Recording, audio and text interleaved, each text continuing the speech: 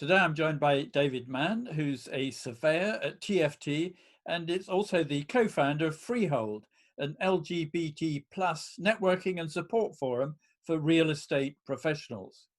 So David, can we start by you telling me about how you started Freehold and the reactions you received? It was really a bit of a happy accident, really. I knew Salim Fazal, who's a property lawyer at Taylor Wessing. We'd met, sort of lawyer, surveyor, and discussed such interesting things like dilapidations. And then one Friday night, I was in Casbar, a gay bar in Clapham High Street, with my partner. And Salim walked down the street hand in hand with his partner. I didn't really know whether to duck under the table or embrace him, really. It was quite an awkward moment. Eventually plucked up courage and said, isn't this ridiculous that, here we are, two professionals in property, and not knowing that each other were gay, and sort of discussed the fact that there was no network, no one was really out in the industry. We sort of felt quite alone, if I'm honest. And we went away just with a sort of embryo of an idea that we should fix this and come up with a network. So we both respectively spoke to our businesses, Taylor Wessing and TFT. Both were supportive, although we felt that we were slightly delving into the unknown. Perhaps I thought I might be struck off the RICS. And being a bit of a child of the kind of Thatcher Britain, homosexuality wasn't particularly promoted, and I didn't particularly want to become known as the gayest surveyor in the country. So we sort of started talking to people, and there was an existing network called Interlaw, and through word of mouth, mainly through lawyers and friends of lawyers, we decided to all meet, and we had to keep on increasing the size of the room that we booked because of the momentum, and albeit a lot of people who first joined us quite nervous, and they didn't want to getting back to their employers that they were gay, because they honestly felt that it would be perceived badly and be career limiting. But slowly, through kind of a collective self-confidence, really, of meeting, realizing that you weren't alone in the industry, it enabled a lot of people to come out. And we jumped now 9 years later, got 1,300 members. Freehold's been the catalyst for a lot of other networking groups, planning out, building equality, LGBT plus architects, and also internal networks where people from organisations met other people.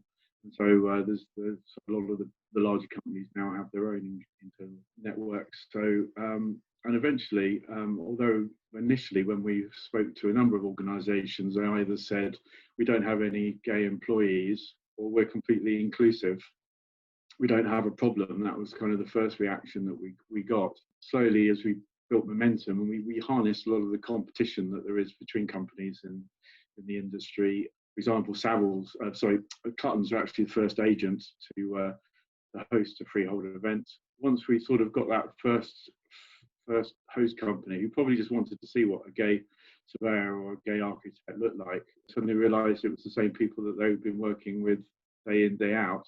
And we almost had people kind of biting our hand off to host the next event, which was fantastic. And that initial nerves kind of grew, and the people who were very nervous to start with stood up in their company's hospitality suites with their CEO standing up and welcoming them as an LGBT member of that firm. And it was almost kind of a bit of a tear in the eye kind of type of moment. Yeah, so I mean, over those 9 years, perceptions have changed quite a lot. So what have you found are the most effective strategies for an organisation like Freehold to promote inclusion in the professions? Yeah, I think it's very important to create a safe environment, whether that's to network or to work. And it's very much a life-changing experience when you can bring your whole self to work. You don't find yourself tripping over talking about your partner, sort of he, she, or it. I mean, I still get people saying to me, "Oh, what does your wife do?" Which is kind of automatically sort of puts you on the back foot. And so I do try and kind of drop into the conversation that my partner is male, but that I think people could be a little bit more sensitive and things like that. Communication is very important. A lot of the chief execs now are very vocal, and that needs to kind of percolate down an organisation, and it's difficult to get it into the engine room, that middle management tier.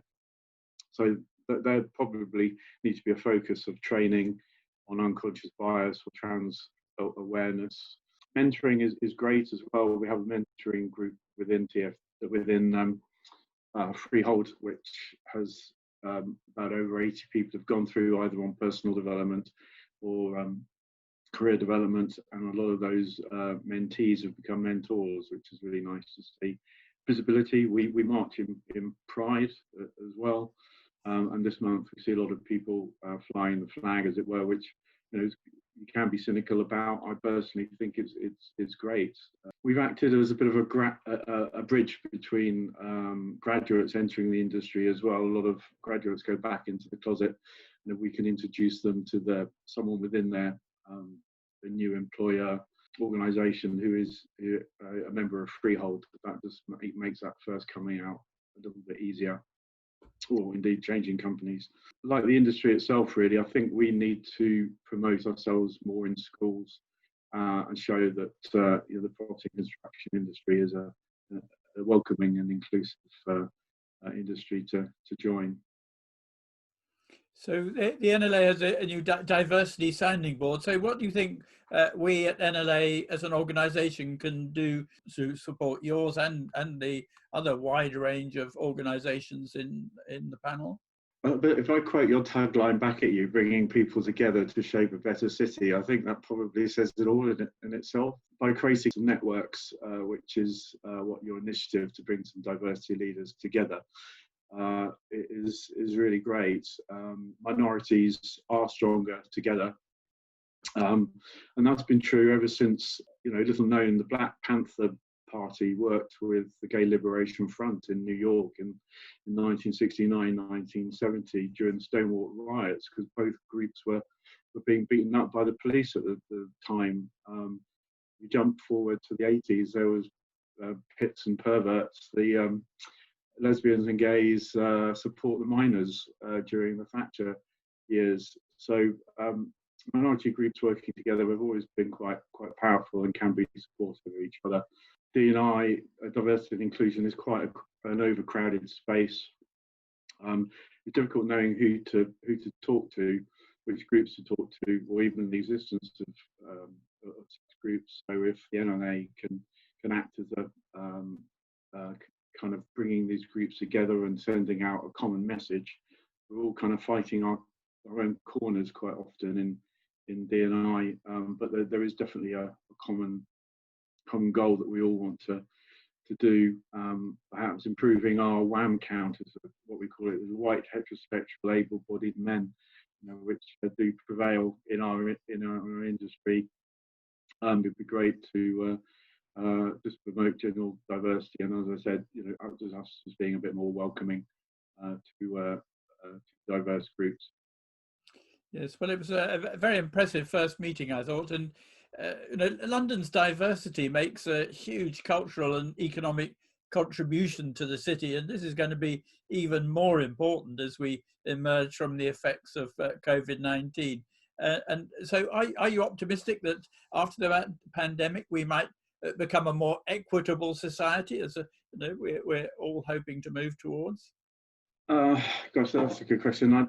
I think I change from optimistic to pessimistic as regularly as the advice changes about COVID-19 prevention. I think it's been quite inspiring seeing how the Black Lives Matter movement has been embraced globally, and I hope that momentum is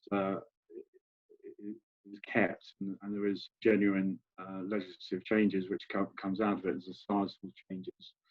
I still don't hold my husband's hand, even though we've been together for 28 years in public, or perhaps that's why I don't hold his hand in public. We've been together so long, but I am still conscious of walking down the street and not wanting to attract any unwanted abuse. So I guess from that respect, we haven't quite got there. And London is very much a bubble. I mean, some of the regional cities and towns are even worse than London. So there's a great deal more work to do regionally. I think it's important that we don't take for granted the liberties that we have today. It's very easy to go backwards if we're not careful. And in our industry, you know, profit does sometimes overall is more important than ethics. And I think some companies need to look at some of the businesses they work for, like the Brunei Investment Agency, for example.